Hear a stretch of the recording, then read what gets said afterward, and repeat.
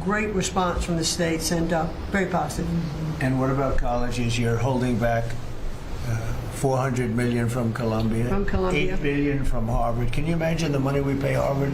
They have a $60 billion fund and we're giving them $8 billion, and we're trying to figure that out. And then they hire de Blasio, the worst mayor in the history of New York, and they hire the woman from Chicago who was a disaster, total disaster, and they pay them massive salaries, and they're supposed to be teaching you government.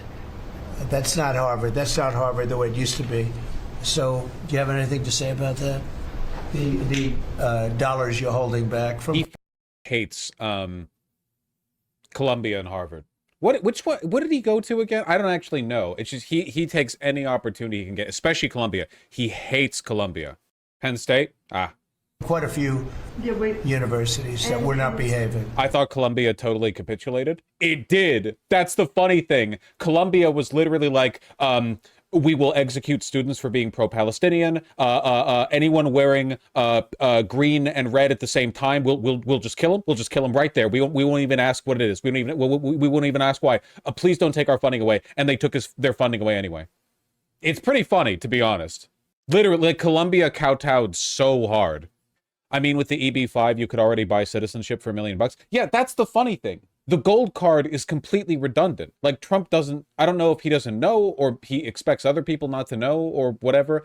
The gold card thing is probably just a way of, like, paying money directly to him in another open bit of corruption. Like, the money's probably not going to go to the government, right? It's probably going to go to, like, him or a trust or a fund or something set up in his name or associated with him in some way. But if you have $5 million that you can spend, you can already just become a legal resident in America. Or what are you, stupid? Do you think America is going to be turning away people that wealthy? If you're wealthy, you can go to any country you want. Basically, every country has a way to become a resident if you are wealthy enough. It can be like, you have to invest this much in a local business. You have to indicate you're capable of securing your income to this amount. Like, it depends on the country. And for America, it's pretty tough. We have a high standard because a lot of people want to come here and we're a pretty wealthy country. But if you have money that you can spend $5 million in cash on a permanent citizenship, there are cheaper ways of doing the exact same thing. Legal ways that'll survive after this administration is over. Yeah, and the other, there's some Princeton, Cornell, others that are coming in, and actually getting calls now from the presidents of the universities who really do want to come in and sit down and have discussions. And so we're investigating them, but in the meantime, we're holding back the grant and the fund money. Okay, great job. Thank you. Wait, what is this? Secretary of Education Linda. Wait, what? Why is this muted? That I heard this morning. I think it was a letter or a report that I heard this morning. I wish I could remember the source, but that there is a school system that's going to start making sure that first graders or even pre-Ks have A1 teaching, every year starting, that far down in the grades. And that's just that's a wonderful thing. Kids are sponges. They just absorb everything. They just absorb all the A1 steak sauce. And so it wasn't all that long ago that we're going to have internet in our schools. Woo! Now, okay, let's see A1 and how.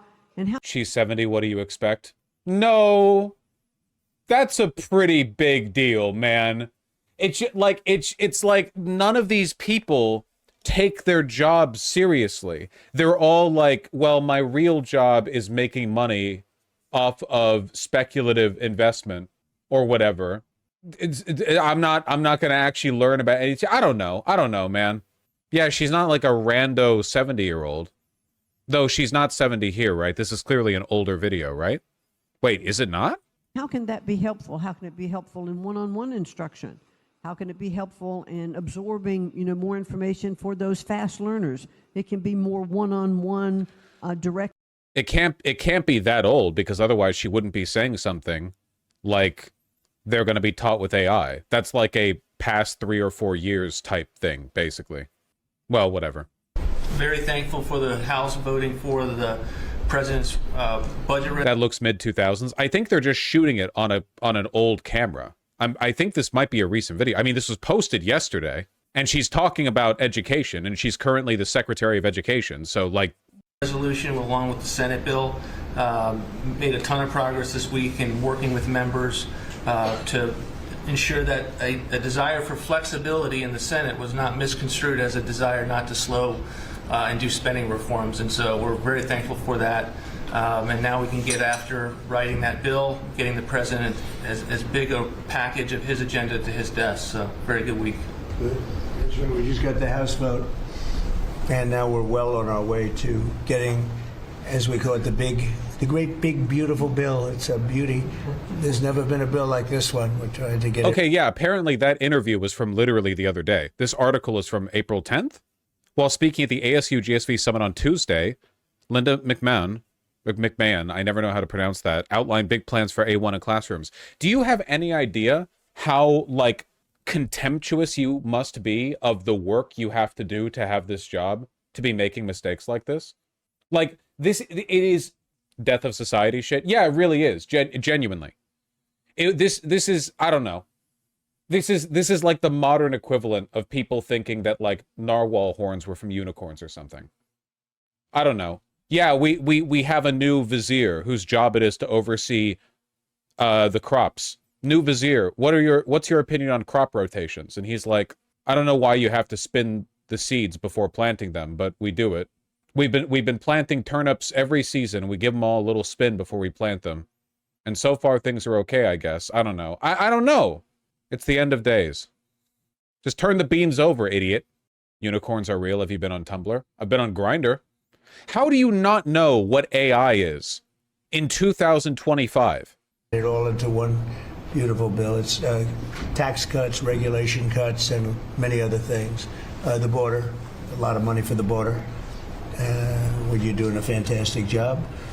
What are you expecting? Do you know how willfully ignorant you would need to be of a subject you're choosing to talk about in a public forum to make the A1 AI mistake? You're not like one level removed from understanding. You're so many levels removed. You're so removed, it indicates that you have never had a conversation about it out loud to anyone at any point who has ever corrected you. You've never talked to an aide. You've never talked to anyone in your department. You've never talked, nobody at any point has corrected you on this ever.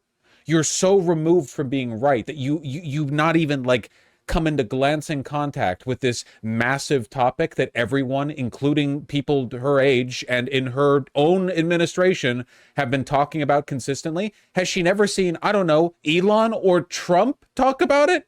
It's a level of removal. Like literally, she shows up because she's supposed to show up and she presses some buttons and signs some documents to like defund schools or whatever, and then she goes back to drinking wine and watching her portfolio swell. It's just such a contemptuous, like you don't give a it's not just being wrong. It's like you're so obviously checked out, you know, and you're shocked or something. You're not smarter than me for being cynical when I'm trying to explain something. So, but we just got a report that we, as you know, you knew before us. Were you surprised we got the vote? Got the vote. And we're happy to get the vote. So I think we're going to be in very good shape. Okay, please.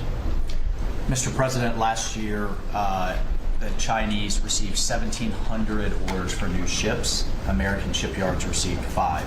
Under your leadership, like so many other industries, we are going to revitalize and make shipbuilding and maritime great again with these blue-collar jobs.